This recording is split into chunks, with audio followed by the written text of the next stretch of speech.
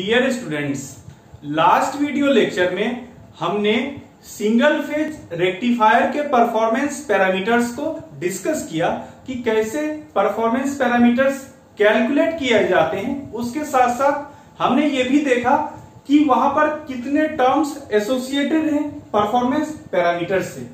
तो इस video lecture में हम लोग देखेंगे कि गेट की परीक्षा में अभी तक जितने भी क्वेश्चंस सिंगल फेज रेक्टिफायर्स के परफॉर्मेंस पैरामीटर से रिलेटेड पूछे गए हैं, उन सारे क्वेश्चंस को हम लोग वन बाय वन डिस्कस कर लेते हैं। और बहुत ही एनफ नंबर ऑफ क्वेश्चंस पूछा गया है, यानी कि अल्टरनेट ईयर आपको एक क्वेश्चन जरूर देखने को मिलेगा। हम लोग इस ईयर भी एक्सपेक्ट कर सकते हैं कि गेट 2022 में एक क्वेश्चन हमें यहां से मिल जाए डायरेक्ट। क्लियर?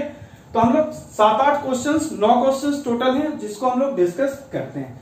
हमारा देखिए पहला क्वेश्चन है, गेट 2018 में पूछा गया था 1 मार्क का question. It is written that semi converter from a sinusoidal AC voltage source. एक सेमी कन्वर्टर है, सिंगल फेज सेमी कन्वर्टर है, साइनसॉइडल एसी वोल्टेज से सप्लाई किया गया है। Average value of output current दिया गया है 20 ampere, given that I naught is equal to 20 ampere.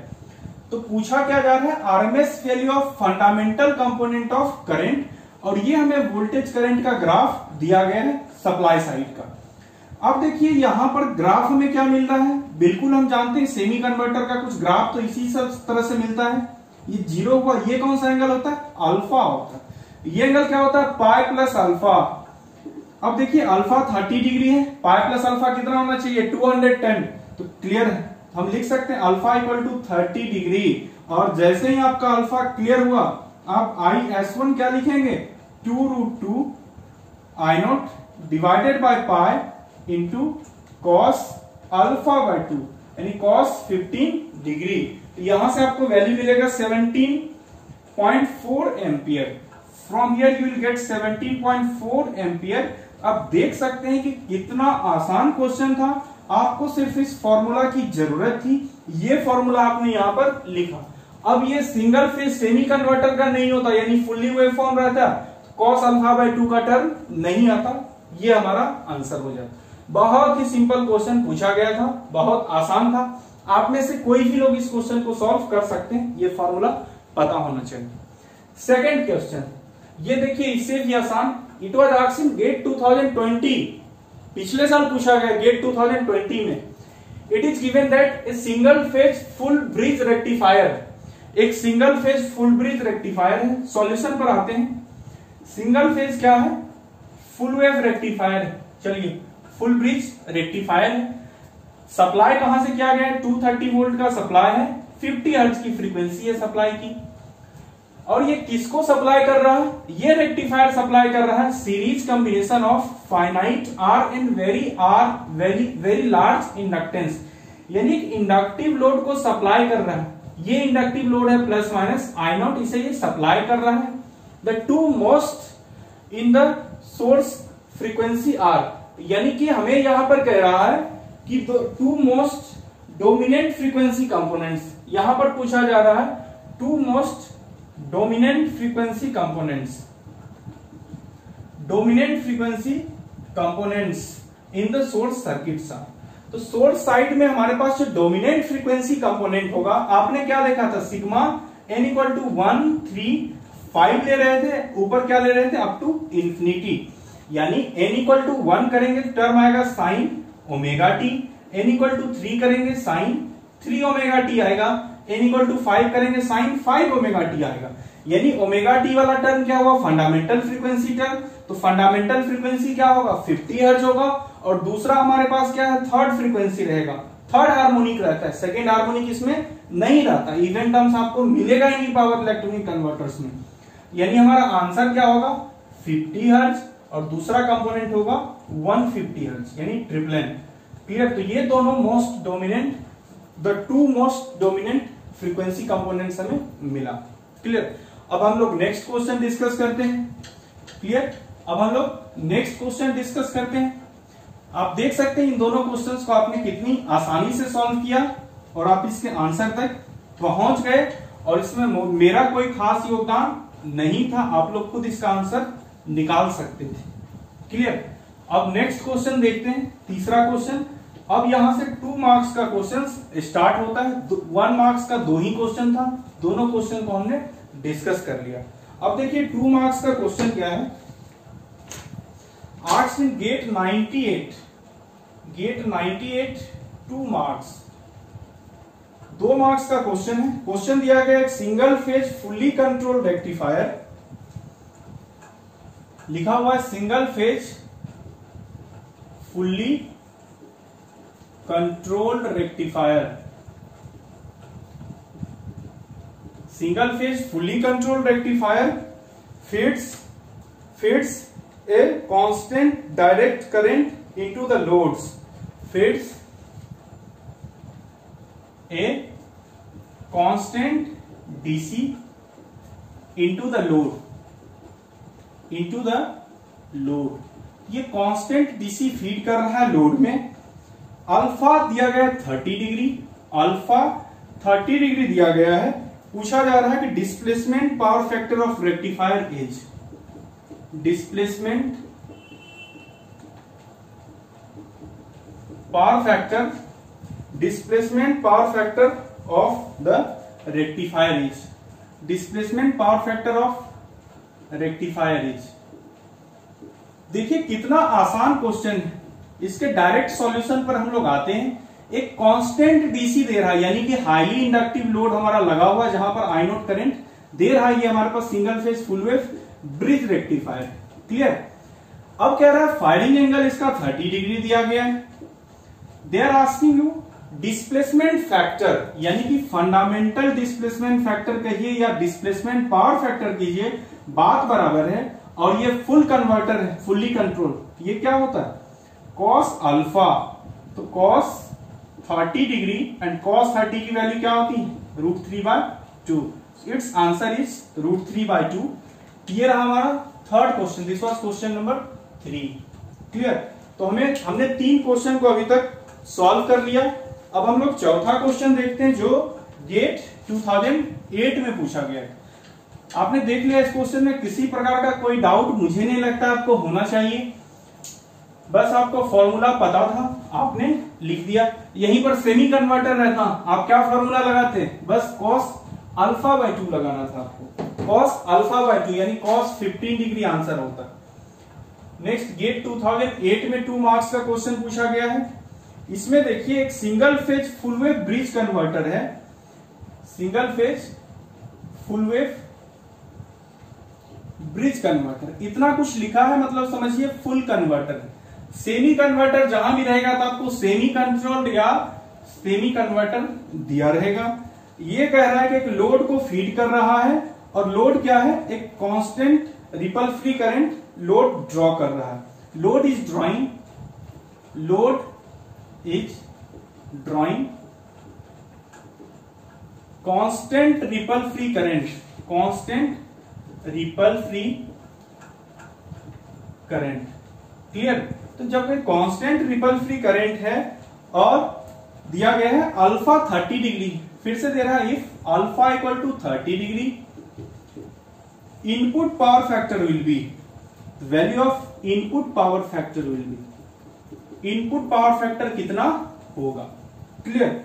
अब देखिए इस टर्म को हम लोग कैसे समझते हैं। देखिए इनपुट पावर फैक्टर, अगर सॉल्यूशन पर अगर हम आए तो इनपुट पावर फैक्टर क्या था, इनपुट पावर फैक्टर को हमने कैलकुलेट किया था, ये था करंट डिस्टॉर्शन फैक्टर इनटू दूसरा था हमारा टर्म फंडामेंटल डिस्प्लेसमेंट फैक्टर, यानी और नहीं भूल गए होंगे तो G × FDF, क्लियर।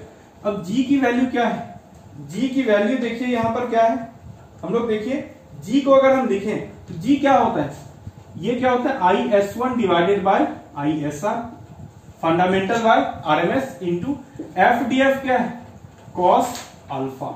तो IS1 बाय ISR अगर हम कैलकुलेट करें, IS1 क्या होगा fundamental component 2√2 I0 divided by pi divided by supply का RMS क्या होगा I0, तो ये क्या मिला 2√2 डिवाइडेड बाय पाई। तो आपको क्या टर्म मिल रहा है 2√2 divided by pi into cos alpha, that means 2√2 divided by pi cos 30 degree. It's answer is 0.78। और ये पावर फैक्टर में क्या लिखेंगे आप? लैगिंग। ये पावर फैक्टर क्या है? लैग कर रहा है। Power factor is lagging. ये हमारा चौथा क्वेश्चन भी सॉल्व हो गया। ये था हमारा fourth question. It was our fourth question. अब हम लोग फिफ्थ क्वेश्चन को देखते हैं। क्लियर? अब हम लोग फिफ्थ क्वेश्चन को देखते हैं।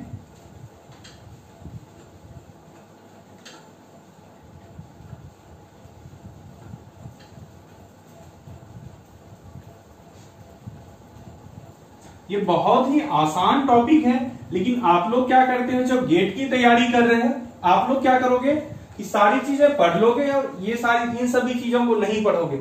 आप इफेक्ट ऑफ सोर्स इंपीडेंस छोड़ देते हो, आप इस पार्ट को छोड़ देते हो, परफॉर्मेंस एनालिसिस को, बाद बाकी वेवफॉर्म्स रट्टा मार के चले जाते हो। तो वहां से पता चलता है कि ये क्वेश्चन पूछा गया और आप नहीं बना पाए।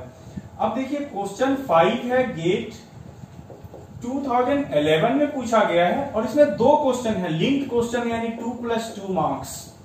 क्वेश्चन क्या दिया गया भाई? एक इनपुट वोल्टेज कन्वर्टर को दिया गया है, कन्वर्टर को एक इनपुट वोल्टेज दिया गया है 100√2 sin 100πt वोल्ट, और ये कन्वर्टर का इनपुट करंट बतलाया गया है II। This is equal to 10√2, this is equal to 10√2 sin 100πt minus π/3 plus दूसरा है 5√2 sin 300πt plus π/4 plus 2√2 sin 500πt minus π/6 ampere. ये इस तरह से करंट दिया गया है। आपको क्या पूछा जा रहा है? पहला पूछा जा रहा है इनपुट पावर फैक्टर क्या है।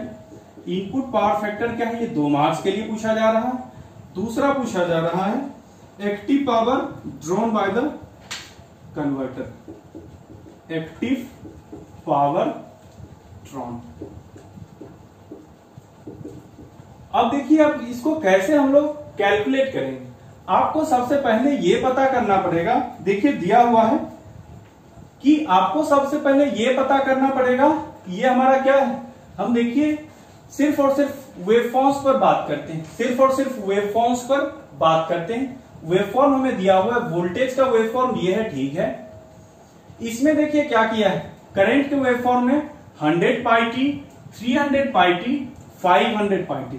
इससे आप क्या समझ जाओ, इससे आप समझ जाओ कि ये 3 कंपोनेंट्स दिए गए, first fundamental, third order harmonic और फिफ्थ ऑर्डर हार्मोनिक। अब आपसे इनपुट पावर फैक्टर पूछा जा रहा है, तो कोई आपसे इनपुट पावर फैक्टर इस तरह से पूछे, आपको कुछ जानकारी नहीं है, आप कैसे कैलकुलेट करोगे इनपुट पावर फैक्टर? आप क्या करोगे, लिखोगे active power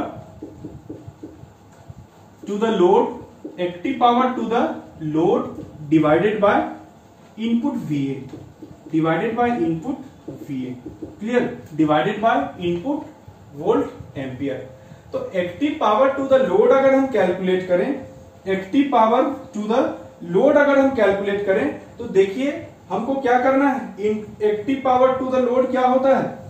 active power to the load अगर हम कैलकुलेट करेंगे तो ये हमारा पास क्या होगा, VS, ये क्या होगा VS, active power to the load VS होगा, इंटू फंडामेंटल करंट ही रिस्पॉन्सिबल होता है इसके लिए, पावर डिलीवरी के लिए, into cos alpha, that means fundamental power factor FDF, divided by input voltage. Input voltage क्या होगा, VS है, इंटू टोटल इनपुट करंट क्या है, इसका RMS वैल्यू आपको लेना पड़ेगा, यानी ISR। आपको यहां से क्या मिल रहा है, VS cancelled out, IS1 divided by ISR into cos alpha. तो ये क्या मिला हमें, G cos अल्फा। अब G की वैल्यू हमें कैलकुलेट करनी है, G की वैल्यू कैलकुलेट करनी है, इसके लिए IS1 लिखेंगे।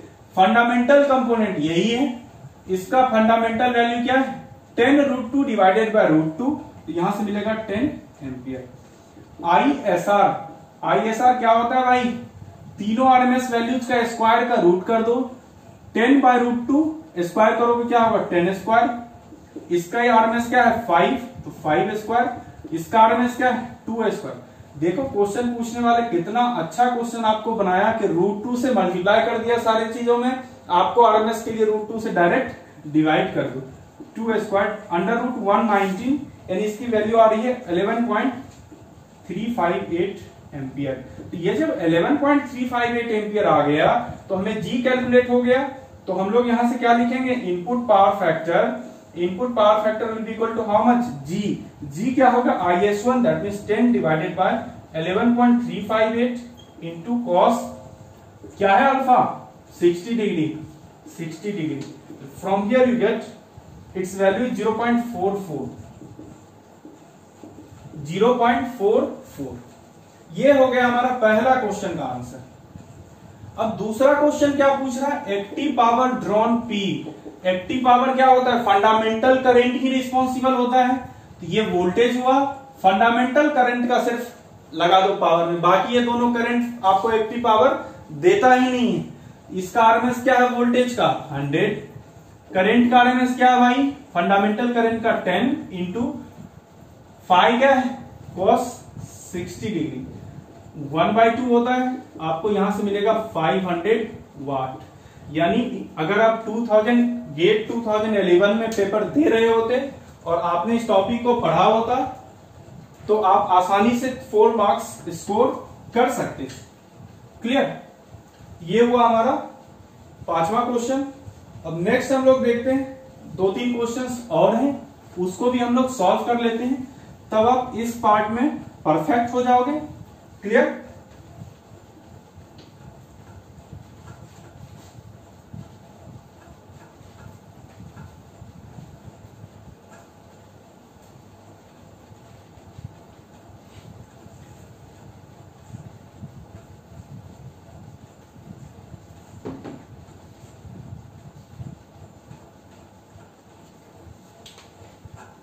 क्वेश्चन नंबर 6 क्या ये 7 कह सकते हैं कि उसमें आपने 2 क्वेश्चन को डिस्कस कर लिया था, कोई बात नहीं, ये हमारे लिए मैटर नहीं करता है।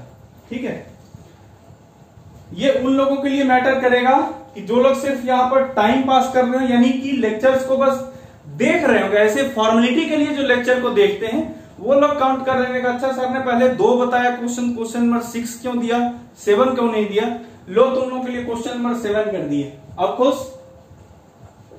क्वेश्चन नंबर हमने 7 कर दिया। अब देखिए यहां पर क्या है दिया गया, एक फुल्ली कंट्रोल्ड कन्वर्टर ब्रिज है, एक फुल्ली कंट्रोल कन्वर्टर ब्रिज है। देखिए फिगर बनाया गया है, यहां पर एक फिगर बनाया गया है, आप लोग इस फिगर को देख लीजिए। एक बहुत बढ़िया सर्किट बनाया गया है। खैर मैं तो इतना अच्छा सर्किट नहीं बना पा रहा हूं, आप लोग शायद बना लो, आप लोग बना सकते हो। T4 ये दिया गया एक इंडक्टर, बहुत ही हाई इंडक्टर लगाया गया है, लोड लगाया गया है। क्लियर, कह रहा है कि input supply is sinusoidal, input supply sinusoidal है ही, alpha is 30 degree, input power factor आपसे पूछा जा रहा है। They are asking you the value of input power factor. तो भाई यहां पर दिया हुआ है कि हाईली इंडक्टिव लोड है, करंट क्या है कांस्टेंट करंट I0 है, तो यहां पर इनपुट पावर फैक्टर क्या होगा, अभी तक हम लोग वही कैलकुलेट करते आए हैं। Input power factor is equal to g cos alpha, ये क्या है फुल कंट्रोल है, 2√2 divided by pi into cos alpha. तो कॉस क्या है अल्फा 30 डिग्री आप पुट करेंगे, from here you will get the same answer 0.78। आप देख सकते हैं क्वेश्चन और मैंने सॉल्व किया था स्टार्टिंग में, अब फिर से आपको ठीक वही क्वेश्चन मिला, आंसर भी वही मिला 0.78। तो आप देख सकते हो कि गेट में क्वेश्चंस रिपीट भी होते हैं, थोड़ा बहुत लैंग्वेज चेंज कर दिया जाएगा, एक एक्स्ट्रा सर्किट दे दिया गया। वो पहला क्वेश्चन 1 मार्क्स का था, ये 2 मार्क्स का था, यानी कि एक सर्किट मिल गया एक्स्ट्रा और आपको 1 मार्क्स और बोनस, आपको 2 मार्क्स मिल गए। Clear, next question number 8, this was asked in GATE 2017 for 2 marks. देखिए आपको एक हाफ वेव रेक्टिफायर दिया गया है, थोड़ा सा देखिए कंसेप्ट को चेंज किया, एक हाफ वेव रेक्टिफायर दिया गया है, 10 ओम रेजिस्टेंस, करंट यहीं से आई नोट फ्लो करेगा। ये एक आइडियल डायोड दिया गया है। ये हमारा 100 sine 100 pi t, 100 sine 100 pi t. What they are asking? They are asking you input power factor. They are asking you input power factor. देखो इस क्वेश्चन के सॉल्यूशन पर आते हैं। इनपुट पावर फैक्टर क्या होता है भाई? इनपुट पावर फैक्टर का मतलब हुआ जो सप्लाई को एसी पावर दिया गया है, average power to the load, या फिर जो सोर्स के द्वारा सप्लाई किया गया, बात बराबर, load divided by input वीए, divided by input वीए। तो देखिए भाई ये हाफ वेव रेक्टिफायर है, आपको आउटपुट वोल्टेज भी यही मिलेगा, इनपुट आउटपुट करंट भी यही मिलेगा। क्लियर? ये मिला V नोट, ये मिला I नोट। क्लियर? यही मिलेगा। तो जब आउटपुट वोल्टेज और आउटपुट करंट कुछ ऐसा ही मिल रहा है, तो अब देखिए यहां पर इसका आरएमएस वैल्यू क्या है, या सिर्फ हम Vm की बात करें। Vm क्या है हमारा? Vm is given as 100। तो जब Vm हमारा 100 है, जब हमारा Vm 100 है और पूछा क्या जा रहा है, average power to the load, तो रजिस्टर के बारे में मैंने क्या बताया था आपको? मैं अभी तक ये बतलाता आ रहा हूं कि जो डीसी लोड है, डीसी लोड में DC output, average output voltage, average output current को मल्टीप्लाई कर दीजिए, पावर हो जाता है। कि डीसी लोड के लिए ये रजिस्टर है, रजिस्टर में कौन रिस्पॉन्सिबल होता है? रजिस्टर में रिस्पॉन्सिबल होता है आरएमएस वैल्यू ऑफ करंट। तो इसके अक्रॉस अगर एवरेज पावर लोड लिखें तो आपको ये लिखना पड़ेगा I/OR² into R divided by input volt ampere. Input voltage क्या है भाई? इनपुट वोल्टेज तो हमें यही इनपुट देख करा रहे हैं, साइनसॉइडल। इसका आरएमएस क्या है? 100/√2 इंटू, अब देखिए इनपुट करंट क्या होगा? इनपुट करंट क्या होगा? अब देखिए इस रेक्टिफायर की खासियत क्या है, हाफ वेव रेक्टिफायर की, कि जो इनपुट, जो हमें आउटपुट करंट यहां से आरएमएस करंट मिलेगा, वही हमारा इनपुट करंट भी होगा, क्योंकि आधे साइकिल में डायोड कंडक्ट ही नहीं कर रहा है।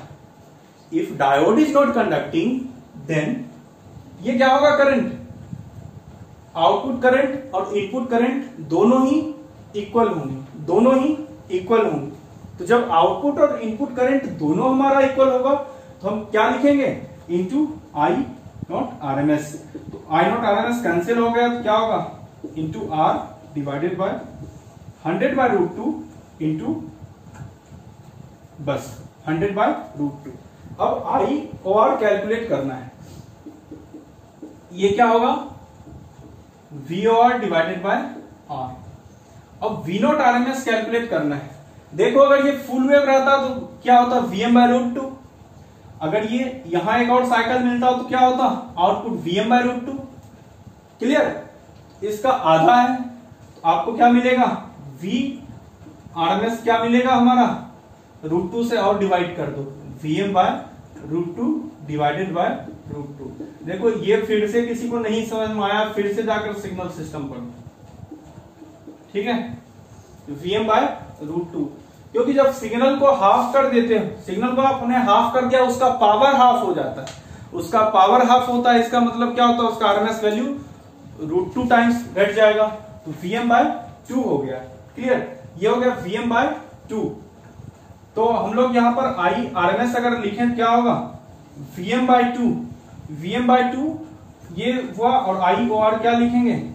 Vm/2R, Vm/2R आप लिखिए, Vm/2R into R divided by, ये क्या है? 100/√2 मतलब Vm/√2। यहां से R into R cancel out होगा, R into R cancel out होगा, ये मिलेगा 1/√2, 1/√2, यानी कि आपको आंसर मिला 0.707 lakh. This is your answer, 0.707 lakh, 0.707 lakh is your answer. Clear? अब एक लास्ट क्वेश्चन देख लेते हैं। गेट, नेक्स्ट क्वेश्चन पूछा गया है गेट 2019 में, उस क्वेश्चन को देख लेंगे, उसके बाद ये चैप्टर आपका समाप्त हो जाएगा गेट पीओआईटी का।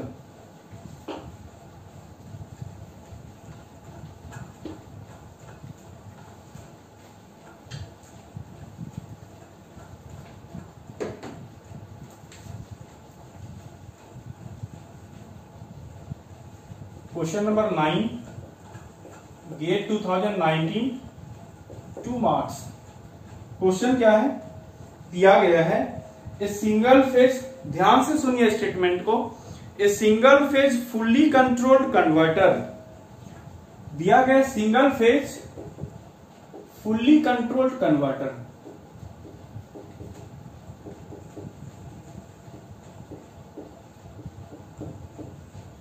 ये क्या करता है, it use to obtain an average value of 180 volt, यानी इसको यूज किया जा रहा है एवरेज वैल्यू 180 वोल्ट का लाने के लिए विथ 10 एम्पियर कांस्टेंट करंट, और आई नोट क्या होना चाहिए 10 एम्पियर, ये कांस्टेंट होना चाहिए।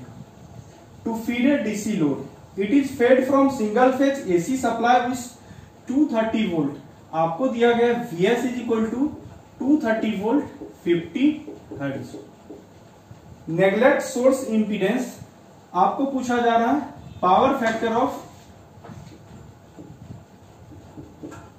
Of AC mains, power factor of AC mains, clear, power factor of AC mains, clear. तो देखिए इस पावर फैक्टर को कैसे हम कैलकुलेट करेंगे। आप क्या जानते हैं power factor of AC mains क्या होगा, यानी g cos alpha, g cos alpha. तो देखो जी क्या है, जी हमारा क्या है 2√2 divided by pi into cos alpha, यानी हमें किसी तरह से अल्फा पता चल जाए तो हम आंसर लिख दें। अल्फा को पता करने के लिए आप क्या करोगे, वी नोट क्या जानते हैं, ये फुल्ली कंट्रोल कन्वर्टर है, करंट कांस्टेंट दे दिया, आप समझ लीजिए कि ये क्या है कंटिन्यूअस कंडक्शन है, इसका आउटपुट क्या होगा 2Vm by pi cos alpha. यहां से क्या लिखोगे 180 will be equal to 2 into Vm, Vm क्या है, Vm है हमारा 230 आरएमएस वैल्यू। ऑफकोर्स जब सप्लाई एसी सप्लाई वोल्टेज लिखा गया मतलब 230 वोल्ट आरएमएस वैल्यू होगा, तो उसका पीक वैल्यू क्या मिलेगा 230√2 divided by pi into cos alpha, into cos alpha. यहां से आप क्या करेंगे अल्फा कैलकुलेट कर लेंगे, यहां से आप अल्फा कैलकुलेट कर लेंगे, यहां से आप अल्फा कैलकुलेट कर लीजिए, और अल्फा के बाद जब आप पावर फैक्टर लिखेंगे, जब आप अल्फा के बाद यहां से कॉस अल्फा कैलकुलेट कर लीजिए, इसके बाद जब आप पावर फैक्टर लिखेंगे तो you will get the power factor equal to 0.7826, you will get the power factor equal to 0.7826। ये रहा मेथड 1। देखो दो मेथड से इस क्वेश्चन को सॉल्व कर सकते थे तुम। पहला मेथड हमने जो आपको ज्ञान था उसके आधार पर आपने इसको सॉल्व किया। अब जब मैं दूसरा मेथड आपको बतलाऊंगा तो आप कहोगे ये तो और आसान था, तो हम लोग मेथड 2 पर चलते हैं। पावर फैक्टर क्या होता है, जो लोड को सप्लाई किए active power to the load divided by input VA, input volt ampere. तो लोड को एक्टिव पावर कितना गया है, इसका देखो आरएमएस वैल्यू क्या रहता है कंटिन्यूअस वेवफॉर्म का सेम रहेगा, यानी सप्लाई वोल्टेज के बराबर into active power to the load क्या होता है इंटू डीसी लोड है एसी लोड है जो भी है, आरएमएस लो एवरेज लो सब बराबर 10 ampere divided by input voltage. Input voltage क्या है, सॉरी यहां पर active power to the load की बात है, एक्टिव पावर ऑलरेडी दिया गया डीसी लोड है V0 इक्वल टू 180 वोल्ट है, V0 इक्वल टू 180 वोल्ट है, ये हमारा 180 हो गया divided by Vs into I not, क्योंकि इनपुट करंट क्या होगा Vs इंटू Is जो आप लिखोगे तो Is will be equal to I naught, तो यहां से क्या होगा 180 डिवाइडेड बाय 230, क्लियर। यहां से भी आएगा आंसर 0.7826, क्लियर। आपने देखा कि क्वेश्चन सारे ही आसान क्वेश्चंस पूछे गए थे, इसमें बहुत कुछ मिस्टेक्स का भी चांस नहीं था। तो लोग यहां पर क्या गलती करते हैं, लोग इस पार्ट को पढ़ते ही नहीं, ठीक है, क्योंकि लोग रेक्टिफायर को पढ़ते हुए इतना थक जाते हैं, उसके वेवफॉर्म्स को लेकर इतना थक जाते हैं, उसके बाद उन्हें लगता है कि हम अगर इस तरह के चीजों को तो बिल्कुल भी एनालाइज नहीं कर पाते हैं, ठीक है। तो पावर इलेक्ट्रॉनिक्स में जो 10 मार्क्स के क्वेश्चंस गेट में पूछे जाते हैं उसको आप सेमेस्टर के साथ साथ इस तरह से तैयारी कर सकते हो और आप वहां पर 10 में 8 मार्क्स जरूर स्कोर कर लोगे पावर इलेक्ट्रॉनिक्स में। बहुत आसान क्वेश्चन पावर इलेक्ट्रॉनिक्स में पूछे जाते हैं। क्लियर? तो हम लोग फिर नेक्स्ट वीडियो लेक्चर में आगे डिस्कशन करेंगे नेक्स्ट टॉपिक पर।